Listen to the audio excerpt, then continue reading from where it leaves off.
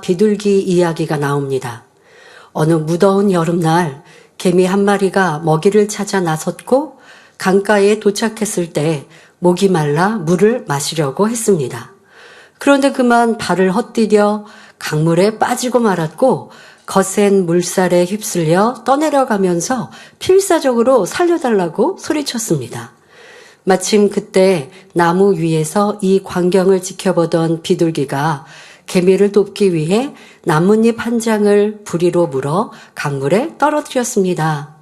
개미는 그 나뭇잎에 올라타 간신히 물에서 빠져나올 수 있었지요. 그 후 시간이 흐른 어느 날 비둘기가 나무 위에서 쉬고 있는데 한 사냥꾼이 조용히 다가와 비둘기를 향해 활을 겨누었습니다. 이 광경을 우연히 목격한 개미는 재빨리 다가가 사냥꾼의 발에 올라 발등을 세게 물었습니다. 사냥꾼은 갑작스러운 통증에 아야! 소리를 지르고 활을 떨어뜨렸고 비둘기는 사람 소리에 놀라 날아올라 도망칠 수 있었지요. 이 이야기는 물에 빠져 죽을 뻔한 위기에서 건져준 비둘기를 기억한 작은 개미가 훗날 은혜를 갚았다는 교훈을 줍니다.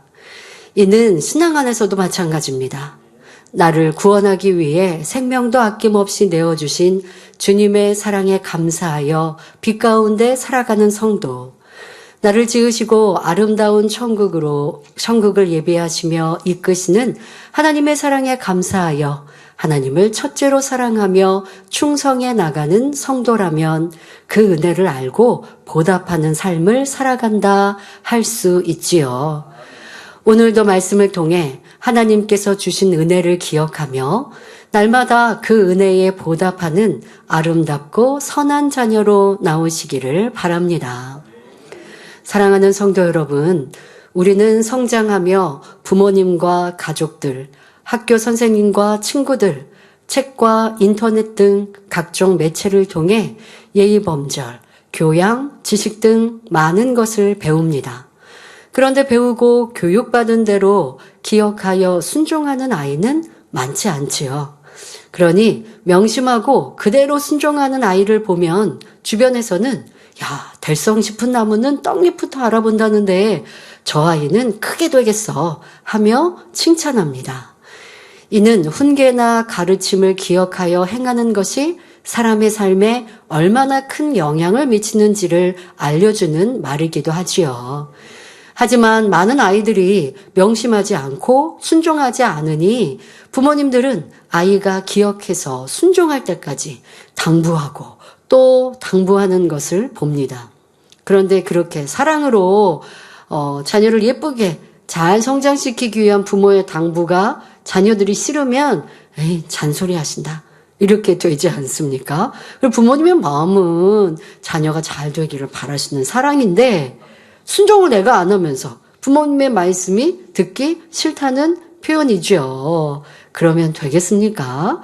자, 그래서 이렇게 순종 잘 안 하고 부모님의 당부도 잘 잊어버리는 그런 자녀들의 모습, 이런 모습이 부모님이 연세가 많이 드셔도 나오기도 합니다. 연세가 90이 넘은 아버지가 이미 예순이 된 아들에게 차 조심하고 길 조심하거라 당부한다고 하는 말도 들어보셨지요? 여기에는 부모의 사랑도 느낄 수 있지만 아들이 얼마나 명심하지 않는 성품인지도 생각해 보아야겠습니다. 만약 그 아들이 성장하며 부모님의 말씀, 훈계를 기억하고 잘 순종했었다면 아버지가 한두 번 당부하고 말았을 것입니다.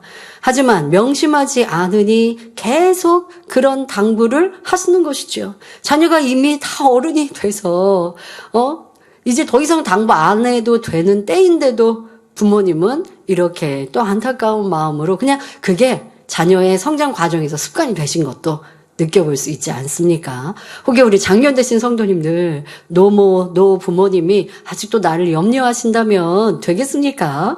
얼마나 내가 성장 과정에서 염려를 끼쳐드렸는지 생각해보고, 믿을 만한 자녀였다면, 학창시절, 청년일 때에, 내 아들, 딸 보니까 난 든든해. 나는 뭐 잔소리 부탁할 게 없었어. 말할 필요가 없었어.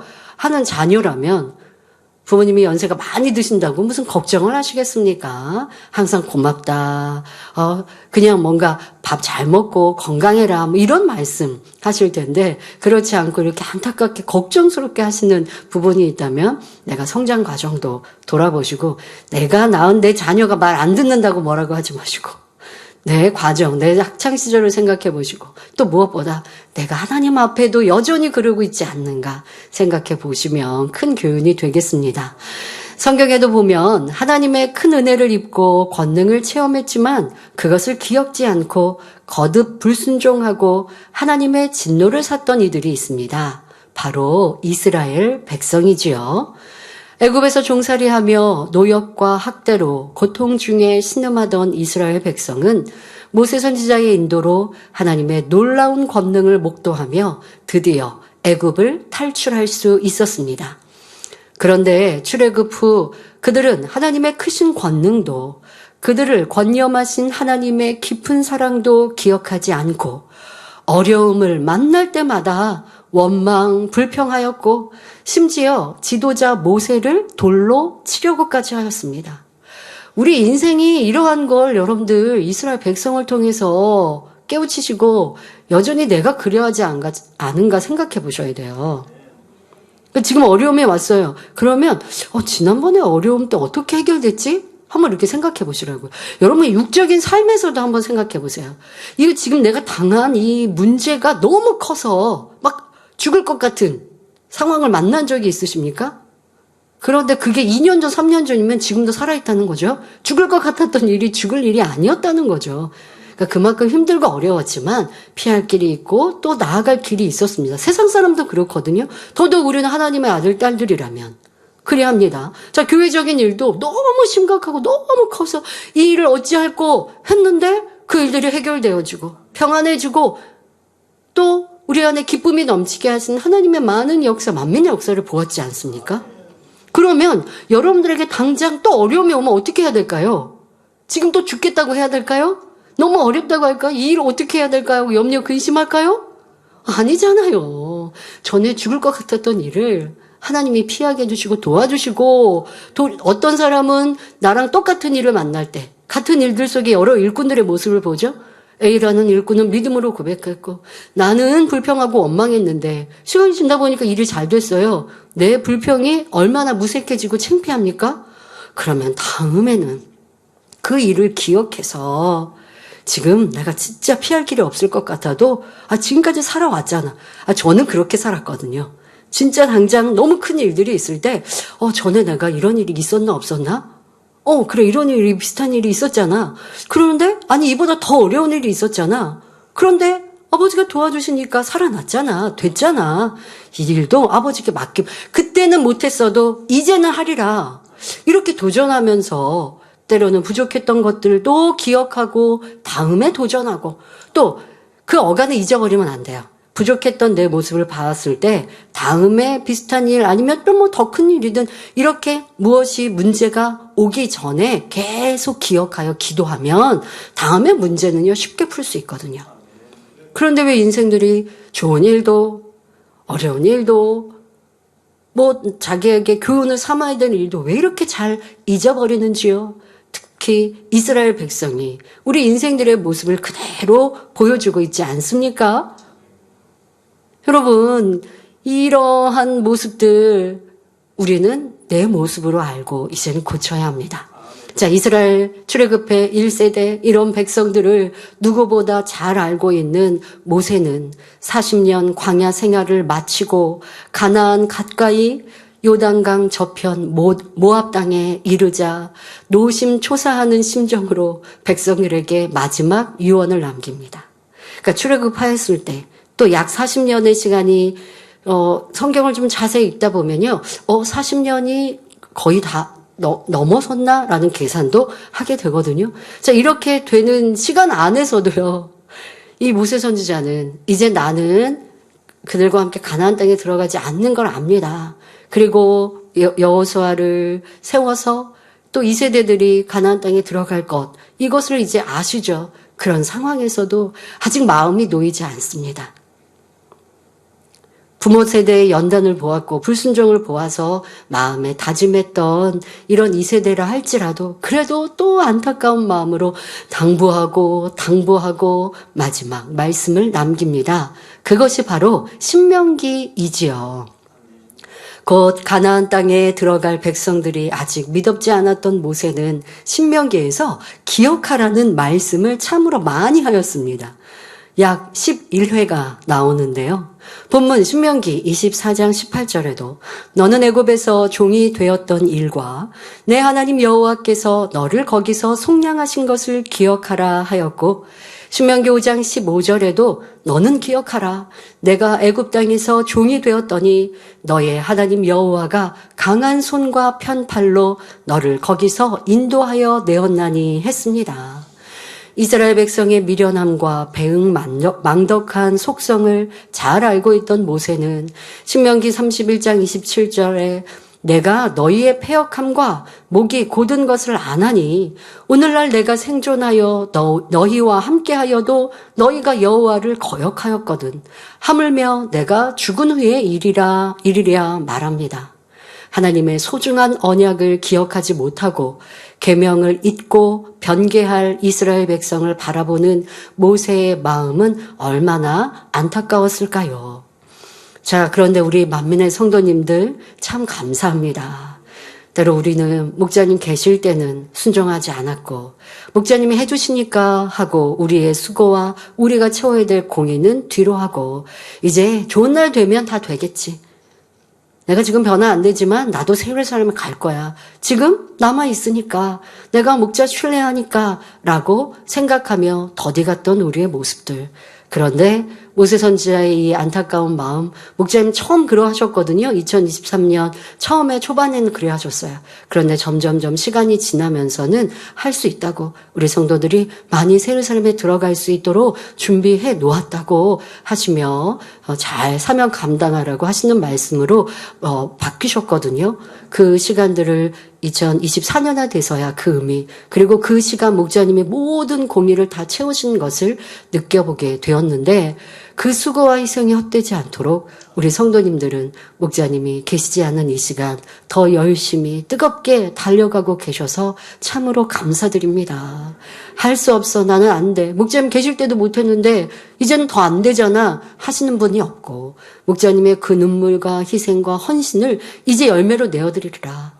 그것이 사라진 게 아니니까요. 지금도 내 마음에 있고 이 말씀 안에 있고 지금도 우리 가운데 권능으로 보장하시니 사라지고 없는 것이 아니라 이제 우리가 그것을 양분으로 나는 꽃을 피우고 열매를 맺히겠습니다. 고백하고 조금 힘써 기도하고 전도하고 노력했더니 안 됐던 것이 아니라 되어지지 않습니까? 참으로 멋지십니다. 지금의 이 노력과 마음 이제 더 커져야 합니다. 더 열심으로 달려가야 합니다. 그래서 우리는 분명 원로 목사님께서 우리에게 당부하신 새 예루살렘의 열매로 나와야 합니다. 그러면 지금 말씀드린 안타까운 이스라엘 백성의 모습이 그때만, 또 구약시대에만 그랬습니까? 그렇지 않은 것을 봅니다. 위키백과에 의하면 2023년 기준 세계 80억 인구 중 크리스찬이 24억 명에 달한다고 합니다. 이렇게 많은 사람들이, 약 4분의 1이 넘는 수 아닙니까? 많은 크리스찬들이 이 지구상의 현지에 우리와 함께 살아가고 있습니다. 이렇게 많은 사람들이 주를 믿는다고 말하지만 이스라엘 백성처럼 참 믿음을 갖지 않고 자기 유익에 따라 좌우로 치우치고 변개하는 사람이 얼마나 많습니까? 주일이면 교회에 나와 예배드리지만 주중에 6일 동안은 주님의 십자가 희생과 구원의 은혜를 잊어버리고 세상 사람처럼 사는 크리스찬도 많습니다. 어떤 사람은 직장이나 이런 데에 나 기독교인이라고 말 안 하죠. 왜? 말하면 술자리에 갈 수 없으니까요. 나는 크리스찬이니까 술을 안 마셔야라고 말해야 되는데 그렇지 않고 숨기고 신앙을 숨기고 살아가는 크리스찬들 왜 그러야 할까요? 그리스도인께 반해서 우린 전도의 목적이 있어야 하는데 이런 경우도 많이 있습니다. 또 충만했던 첫사랑을 잃고 기도하지도 않고 주를 위해 헌신하지도 않는 크리스찬들도 있습니다. 그저 주일 예배에 한 번 교회 나오면 구원받는 것처럼 생각하기도 하고 그마저도 자기의 유익에 맞춰서 바꿔버립니다. 어떻게 해요? 주일에 교회에 나가지도 않으면서 예배하지도 않으면서 나는 마음으로 믿으니까 그것으로 되었어. 성경에 마음으로 믿으면 된다고 자기 마음대로 해석하는 거죠. 마음으로 믿어 의에 이른다는 그 말씀은 믿으면 가운데로 살아가기 위해 힘쓴다는 거거든요. 믿었으니까 내 마음대로 내 뜻대로 산다는 것이 아니고 마음으로 믿었기 때문에 행함에서 의로운 자녀가 되기 위해 노력하여 의로운 자녀가 되었다는 거예요. 그런데 마음으로 믿으니까 나는 교회 안 가도 예배 안 드려도 그냥 내 마음대로 살아도 하나님이 아시고 구원받아. 이렇게 하나님의 말씀을 자기 마음대로 바꿉니다. 그리고 먹고 마시며 세상 놀기에 바쁘지요. 결국 자기 유익을 구하고 물질적 풍요를 추구하며 세상 안일한 삶에 빠집니다. 그런 오늘날의 세대 가운데 살고 있는 우리에게 하나님께서 주시는 말씀은 기억하라입니다. 그러면 우리가 무엇을 기억해야 하는지 3가지로 말씀드리겠습니다. 첫째로 받은 바 은혜를 기억해야 합니다. 우리가 받은 가장 큰 은혜는 주님의 희생으로 영원한 사망에서 구원받아 영생을 얻고 천국에서 세세토록 살 수 있는 은혜입니다. 독생자를 아낌없이 주셔서 구원해 주신 하나님의 은혜, 이 험한 세상 홀로 살아가지 않고 항상 도와주시고 가운데로 인도하시는 성령님의 은혜, 악은 모양이라도 버려서 우리를 성결하게 하시는 성결의 말씀을 주신 은혜, 기사와 표적을 보며 영적 믿음이 날마다 성장하도록 이끄신 은혜는 참으로 무엇과도 비교할 수 없습니다. 우리가 처음 주님을 영접하여 구원받은 날, 성령을 받고 방언받은 날, 하나님의 권능으로 치료받은 날, 신앙의 결단을 이루며 크게 은혜 받은 날, 교회에 등록한 날 등 잊지 말고 평생 기억해야 할 날들이 많이 있습니다. 결혼하신 장년 성도님들, 그 안에 우리 아내 되시는 여장년 성도님들, 결혼 기념일은 안 챙겨준다고 남편에게 그렇게 서운해 하십니까? 지금 말씀드린 신앙 안에 그보다 더 중요하고 기억하여 하나님께 감사해야 하는, 이런 날 특별히 내가 더 크게 하나님께 감사해야지 하는 지금 이렇게 말씀드린 것 여러분들은 기억하고 계십니까? 아니면 육의 것들로 기억하고 즐거워하고 그것으로 머물러 계십니까? 또 우리가 기억해야 하는 행복한 날, 은혜의 날은 어떠한 경우가 또 있을까요? 나를 전도해서 주님께로 이끄신 분도 잊어서는 안 됩니다. 귀한 재단으로 인도해 주신 분도, 어렵고 힘들 때 위로하고 도와주신 분, 낭망에 좌절했을 때 손잡아 주시고 힘주며 다시 소망 주신 분 등 잊지 말아야 할 은혜들도 많지요. 그러나 오늘날 많은 사람이 자기가 어려울 때 도움을 받거나 은혜를 입으면 그 순간에는 감사하지만 시간이 지나면 쉽게 잊어버립니다. 하지만 하나님이 원하시는 진리의 사람은 받은 은혜를 저버리지 않고 반드시 마음에 담아 두고 잊지 않고 기억하며 그 은혜를 갚을 줄 아는 진실한 사람입니다. 사도 바울은 에베소서 3장 8절 9절에 모든 성도 중에 지극히 작은 자보다 더 작은 나에게 이 은혜를 주신 것은 측량할 수 없는 그리스도의 풍성을 이방인에게 전하게 하시고 영원부터 만물을 창조하신 하나님 속에 감추었던 비밀의 경륜이 어떠한 것을 드러내게 하려 하심이라 고백합니다. 측량할 수 없는 주의 은혜를 갚기 위해 어떤 고난과 역경도 조금도 힘들다 하지 않고 오히려 감사하며 은혜의 복음을 전했습니다. 은혜는 자꾸 나누고 퍼줄 때, 또 스스로가 곱씹고 감사의 고백을 올릴 때 차고 넘칩니다. 이런 것처럼 사도 바울은 복음을 전파할수록 주의 은혜와 사랑이 더욱 깊어졌고 결국 신약시대 최고의 권능의 사도가 되었습니다. 그 은혜가 깊으니까 그냥 가만히 있었나요? 그 은혜를 대입에 말씀드린 것처럼 그 사랑이 너무나 크니까 그 사랑을 나누어 주는 것이죠. 베푸는 것이죠. 또 주님을 사랑하니 주님의 뜻은 많은 영혼을 구원하고자 하시는 계획과 섭리의 바람이시니 어떻게 하든 그 은혜를 갚아드리고자 사랑하니 그렇게 행하였고 또 주님의 마음을 닮아가고 내가 없고 아버지 영광만을 돌리니 크고 놀라운 권능의 사도가 될 수 있었습니다. 이처럼 은혜를 기억하고 갚는 것이 사람의 본분이며 근본 도리입니다. 또한 천국에서 영원히 빛나는 영광의 자리에 나아갈 수 있는 아름다운 길임을 기억하는 성도님들이 되시길 바랍니다. 둘째로 악에 대한 교훈을 기억해야 합니다. 악한 것을 보았을 때 그 악을 기억하여 마음에 담으라는 것이 아니라 오히려 그 악한 일을 거울 삼아 나는 그리하지 않도록 경계를 삼고 교훈으로 기억하라는 말씀입니다.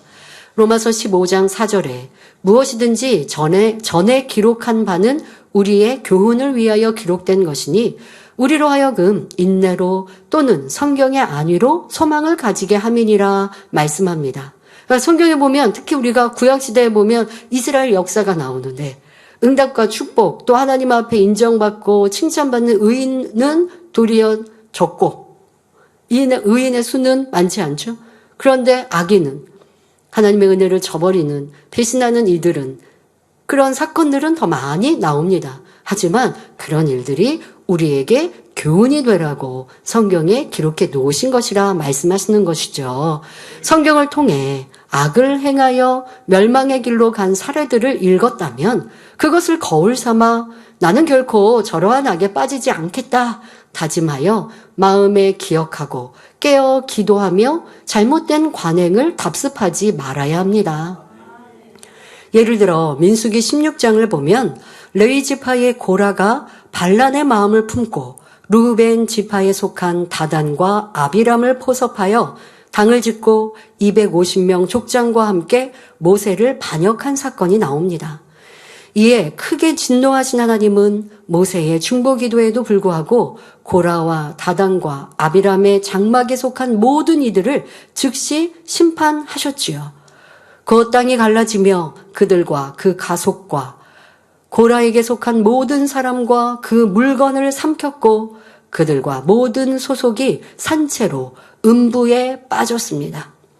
또한 향로를 가지고 하나님 앞에 분향하던 반역자 250명의 족장은 하나님께로 나온 불에 타서 그 자리에서 죽고 말았습니다. 이에 하나님께서는 민수기 16장 38절에 사람들은 범죄하여 그 생명을 스스로 해하였거니와 그들이 향로를 여호와 앞에 드렸으므로 그 향기가 거룩하게 되었나니 그 향로를 쳐서 제단을 쌓는 편천을 만들라. 이스라엘 자손에게 표가 되리라 말씀하셨고 이어지는 39절 40절에 제사장 엘리야살이 불탄 자들에 드렸던 놋 향로를 취하여 쳐서 제단을 싸서 이스라엘 자손의 기념물이 되게 하였으니 이는 아론 자손이 아닌 외인은 여호와 앞에 분향하러 가까이 오지 못하게 함이며 또 고라와 그 무리같이 되지 않게 하기 위함이라 기록되어 있습니다. 250개의 향로를 쳐서 편천을 만들어 하나님의 제단을 둘러싼 이 표는 증거계에 담긴 아론의 쌍난 지팡이와 함께 백성들에게 훈계와 악에 대한 교훈을 주었던 것입니다. 이처럼 악에 대한 교훈을 기억하면 그만큼 깨어 있을 수 있고 동일한 유형의 죄악에 빠지지 않을 수 있습니다. 나아가 그런 죄를 짓게 하는 교만과 배반과 폐역의 악의 모양들을 버리고 정도를 걸을 수 있지요. 이뿐 아니라 성경에는 많은 비진리와 악에 대해 경계하시며 그런 길로 행할 때 무서운 심판이 있음을 말씀하십니다. 그러니 이런 사건을 역사 속에 이런 일이 있었구나 하고 넘기시면 안 되고요. 그 교훈을 내 것으로 삼아서 나에게도 이러한 모습이 있지 않은가? 그런데 이 역사적인 사건과 내 삶은 좀 동떨어지게 생각되거나 잘 적용이 안 되시는 일들이 있어서는 안 됩니다. 그 말씀을 붙들고 내 마음의 그러한 속성, 지금 말씀드린 대로 배신이나 내가 높아지려는 마음, 그런 마음, 이렇게 어떤 배신의 행함을 나는 보인 적이 없는데 할 수는 있어요. 그런데 이런 배신의 행함이 나오는 그 마음 속성의 근본을 보니 비교하다라는 것이죠. 왜 저는 모세 선지자는 왜 하나님과 그렇게 교통하고 왜 백성의 머리가 됐고 왜 우리는 그럴 자격이 없어? 이렇게 비교하니 지금 같은 배신이 나옵니다. 그럼 나는 배신은 한 적이 없는 것 같더라도 내 마음에 보니 다른 사람과 비교합니다. 비교해서 내가 더 나아라고는 안 했어요. 그런데 비교해서 나는 왜 이렇게 부족해? 이것도 비교하는 마음이에요. 그래서 힘들고 지치는 것도 비교하는 마음. 자, 이러한 것들이, 이러다가 이런 마음들이 또 싹트고 또 여러 가지가 복합적으로 이런 배신행함이 나올 수 있는데 나는 그 중에 이런 마음이 있구나. 또 어떠한 것에 인정과 칭찬을 못 받는 것 같다라고 생각하니 서운해하는 마음이 있구나. 이런 것들이 쌓으면 배신이 되는 거예요. 그리고 여러분이 꼭 어떠한 조직 안의 큰 배신이 아니어도 예를 들면 친구 사이의 배신, 이웃과 형제 안에서의 이러한 배신들도 적용해 본다면 온전히 깨끗해지는 진리의 사람이 될 수 있습니다. 그러니 여러분들 악에 대해서 죄에 대해 이렇게 성경에 기록된 모든 일들을 우리의 교훈으로 삼아야 하겠습니다. 그뿐 아니라 여러분들 우리 만민의 역사 속에서도 그런 역사 속에 있었던 많은 교훈들이 있지 않습니까? 또 여러분들이 살아가다 보면 주변에서도 사람들의 행함 속에 죄와 악에 대한 모습을 보실 수 있을 거예요. 그러면 죄, 악이 좋아 보이지 않으실 거예요. 만민의 성도라면. 저렇게 짜증내고 혈기내니까 주변의 분위기가 이렇게 쎄해지고 참 이게 힘들어지는구나. 회사 같은 경우도 보면 저 사람의 말, 행동 하나 때문에 다른 사람이 참 기분이 상하는구나. 아니면 여러분들이 그런 일을 당했을 때 있잖아요. 그러면 나는 그런 사람이 되지 말자 생각하셔야 되는데 어떻게 생각하느냐? 저 사람은 나를 이렇게 은근히 무시했어? 나도 나중에 은근히 무시해야지. 이렇게 기억하더라는 거예요. 기억을, 은혜를 기억하고 죄, 악에 대해서 경계하는 것을 기억해야 되는데 누가 나를 힘들게 한 것은 자꾸 기억해 놓고 또 내 마음에 맞지 않았던 것은 기억해 놓고 도리어 그 기억 자체가 내 서운함의 악한 감정에서 잘못된 판단일 수 있는데 그런 거는 영 기억해 놓더라는 것이죠. 그런 거는 잊어버리세요, 여러분. 너가 나를 힘들게 했던 거, 어렵게 했던 거, 피해를 줬던 거, 왜 저 사람이 다른 사람들 앞에서 왜 나를 이렇게 지적해? 내가 이렇게 무시당했어. 이거 창피해. 저 사람이 어떻게 그럴 수 있어. 이런 거 기억하지 마세요. 좋은 거 기억하시고 앞서 말씀드린 사람과의 관계에서는 은혜로 기억하시고 은혜로웠던 거, 누가 나에게 은혜 끼쳤던 거, 고마운 거 이거는 기억하시고 더더욱 아버지 하나님의 사랑, 주님의 그 은혜를 마음 깊이 기억하여 감사의 삶을 살아가시면 좋지요. 반대로 나를 힘들게 하는 거 기억했던 거 이거 잊어버립시다. 삶에서 괴롭고 힘들었던 거 잊어버리시고 데뷔 때 말씀드린 대로 괴롭고 힘들었는데 이제는 하나님의 능력으로 내가 잘 되었다. 이거는 간증할 거리가 되는 것이고 힘들었던 것을 기억을 꼭 나쁜 걸 기억하려는 것이 아니라 더 많은 감사가 되어지는 것이죠. 그런데 이런 거 간증할 때도 보면요. 저 사람이 날 이렇게 힘들게 했는데요. 남의 탓을 하면서 현재의 반전의 일들을 감사한다면 이 또한도 좋지 않은 기억이 남아있는 것인데요. 여러분들 기억은 내 나름대로 만들어 놓는 것이죠. 그래서 똑같은 사건에 대한 사람들 여러 명의 기억이요. 다른 것을 보거든요. 그러니까 여러분들의 기억 안에 상처받고 힘들고 괴로웠던 기억이라면 이제 어른도 되고 많은 삶이 흘렀으면 굳이 고통스러운 기억으로 남기실 필요 없을 것이고 선한 기억으로 바꾸시는 것도 참 좋고 그러나 우리의 삶에 있어서 또 기억해야 되는 좋은 것이 있는데 내가 말씀대로 살지 않아서 어려움을 만나고 질병이나 문제가 생겼던 것 또한도 여러분들이 기억하시면 좋겠습니다. 자, 이것을 기억하는 거 도리어 싫죠. 내가 그렇게 전에 죄악 가운데 살았는데 그게 싫은 게 아니고 그것을 그러면 왜 잊지 말고 기억하라는 것입니까? 그러면 다시는 그런 죄악을 행치 않을 수 있지 않습니까? 변화될 수 있지 않습니까? 여러분 삶을 뒤돌아보세요. 어떤 죄에 대해서 어떤 악을 바랬던 일이 한 번인 분들이 어디 있겠습니까? 온전히 뿌리째 뽑아버리지 않는 이상은 반복된단 말이에요. 그래서 저는 그런 생각을 갖고 삽니다. 내가 후회하는 일을 만들었을 때, 그리고 지금 영 후회하고 막 민망하고 막 어쩔 줄 모를 때 그렇게 생각합니다.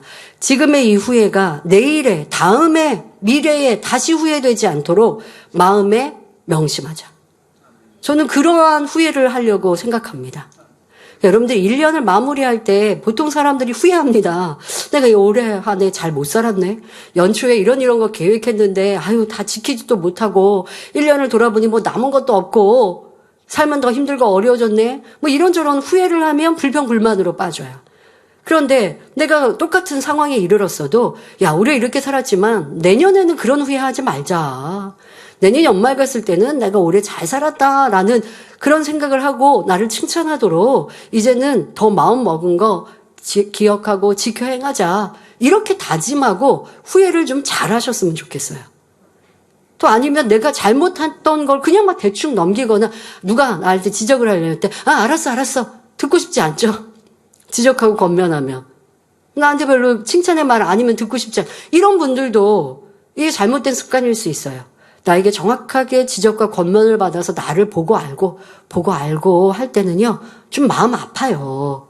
그러나 그래야 이제 다시 죄를 짓지 않을 수 있기 때문에. 그런 면으로는 여러분들의 지난날의 허물과 죄가 있다면 그것으로 나를 되짚어보고 철저히 회개하고 돌이키고 변화의 삶을 살아간다면 이후에 다시 그날들을 생각할 때 용서해 주시고 기회 주신 아버지 앞에 중심의 감사를 올릴 수 있습니다. 자, 우리는 이렇게 말씀을 마음에 명심하여 악은 모양이라도 버림으로 항상 하나님의 사랑과 은총 안에 거하는 성도님들이 되어야 하겠습니다. 셋째로 선의 말씀과 교훈을 기억해야 합니다. 선한 것을 마음에 기억하고 생각하는 만큼 마음이 더 선해질 수 있고 하나님이 기뻐하시는 선을 행할 수 있습니다. 선과 진리를 기억하여 마음에 쌓아가니 마음과 생각에서 비진리와 악이 떠나고 선한 마음을 이루어가는 것은 당연한 것입니다. 누가복음 6장 45절에 선한 사람은 마음에 쌓은 선에서 선을 내고 악한 자는 그 쌓은 악에서 악을 내나니 이는 마음에 가득한 것을 입으로 말함이니라 말씀합니다. 이 제단은 개척 이후 지금까지 오직 하나님의 선을 가르쳤습니다. 때로 그 말씀이 어렵고 행하기 힘들다고 떠나는 성도가 있다 해도 사람이 좋고 편한 대로 말씀을 받고 가르치지 않았지요. 이는 하나님께서 원하시는 것이 아니기 때문입니다. 구원은 응답과 치료와 축복은 하나님께서 주시는 것입니다. 그러니 우리는 하나님의 뜻을 알고 그대로 순종해야 하지요. 그런데 하나님의 말씀이 무겁고 행하기 힘들다고 바꿔서 가르치고 또 그렇게 배운 대로 살아가면 어떻게 될까요? 내 편에서는 말씀대로 순종했다고 하고 나는 신앙생활 잘하는데 라고 생각하는데 하나님의 응답과 축복을 받지 못합니다. 혹 넓고 편한 길로 신앙생활 하다가 구원의 테두리에서 떠날 수 있지요.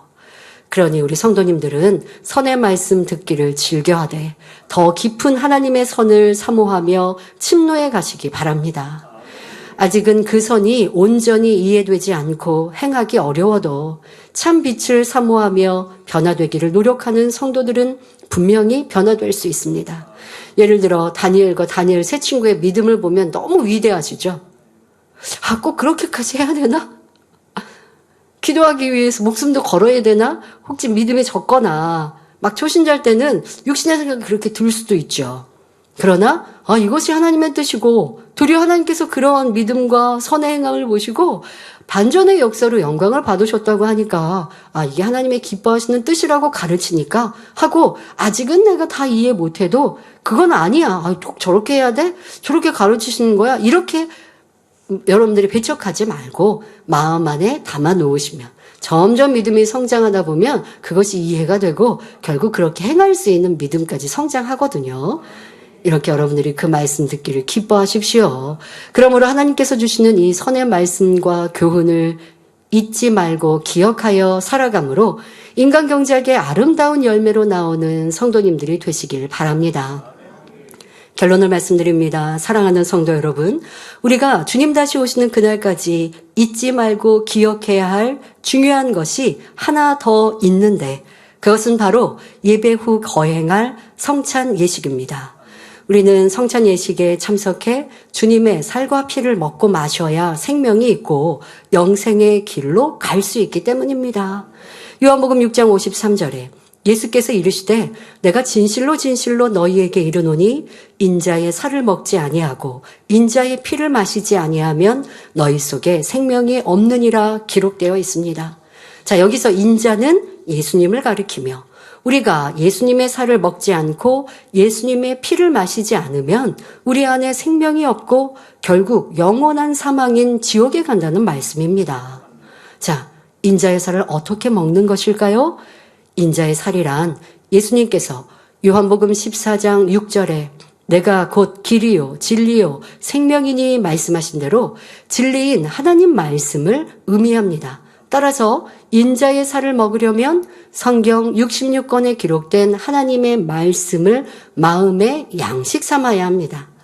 앞서 말씀드린 악에 대한 경계의 말씀을 기억하며 선의 말씀 듣기를 사모하고 변화되기 위해 힘써가는 것, 이것이 바로 인자의 살을 열심히 먹는 것이 되지요. 다음으로 인자의 피를 마셔야 한다고 말씀하셨는데 인자의 피를 어떻게 마실 수 있을까요? 인자의 피, 곧 예수님의 피는 죄사함을 줄 수 있는 보배로운 피이며 우리의 죄사함을 위해 흘리신 언약의 피입니다. 사람의 피에는 죄성이 담겨 있지만 예수님은 원죄도 자범죄도 없으시기 때문에 그 피는 죄가 전혀 없고 생명과 영생과 부활의 능력이 담긴 보배로운 피입니다. 그런데 예수님께서 십자가에서 보혈을 흘리셨지만 모든 사람이 죄사함을 받는 것은 아닙니다. 예수 그리스도를 구세주로 믿어 죄인의 길에서 의인의 길로 옮길 때, 악에서 떠나 선을 행할 때, 어둠에서 나와 빛 가운데 행할 때 주님의 보혈로 모든 죄에서 사함받고 의인이 될 수 있는 것입니다. 그러므로 마음의 양식 삼은 하나님의 말씀을 믿음으로 지켜 행하는 것이 바로 인자의 피를 마시는 영적 의미이지요. 그러면 왜 주님께서는 성찬식을 제정하시고 기념하라 명하셨을까요? 사람에게 망각의 속성이 있음을 잘 아시기에 성찬 예식에 참여해 구속의 은총과 사랑을 기억하도록 하신 것입니다. 그러므로 오늘 성찬식에 참여하는 성도님들은 인자의 살을 상징하는 떡을 먹고 인자의 피를 상징하는 포도즙을 마실 때 우리에게 베푸신 그 은혜를 마음 깊이 기억하시기 바랍니다. 그리고 이제는 그 사랑을 잊지 말고 항상 기억하여 어찌하면 그 은혜를 보답할까? 어떻게 하면 하나님의 기쁨이요 주님의 즐거움이 될 수 있을까 생각하며 행하는 복된 성도님들이 되시길 바랍니다. 그런 성도들을 보시는 우리 아버지 하나님 주님께서는 위로를 받으시고 크게 기뻐하실 것입니다. 그리고 그런 성도들을 높이시며 이 땅에서나 천국에서 큰 상급으로 갚아 주시지요. 우리 성도님들은 하나님의 주님의 기쁨이 되시어 큰 영광 중에 거하시기를 주님의 이름으로 축원합니다. 말씀 삼가하시면서 함께 기도하겠습니다. 좋으신 아버지 하나님, 오늘은 기억하라는 말씀을 전하였습니다. 우리가 기억해야 할 것은 아버지 하나님 주님의 은혜입니다. 또한 악에 대한 경계요 선의 말씀입니다. 이런 것들을 우리가 기억하여 마음에 명심하고 빛 가운데 진리 가운데 살며 아버지의 주님의 은혜를 갚아드리는 삶을 살아갈 때에 우리의 모든 삶이 복되며 하늘의 영광 중에 임하는 것이 없나니 우리 모든 성도들의 삶에 꼭 기억되고 명심되게 하여 주옵소서. 또한 이 시간 성찬식을 거행하듯 주님께서 이 성찬식을 우리 가운데 거행하라 명하신 것을 우리는 이행할 때 의무감이 아니라 영적 의미를 깨우쳐 마음 중심의 그 사랑 은혜를 기억하며 동참하는 모든 성도님들 되게 하여 주옵소서. 감사드리며 우리 주 예수 그리스도의 이름으로 기도하옵나이다. 아멘.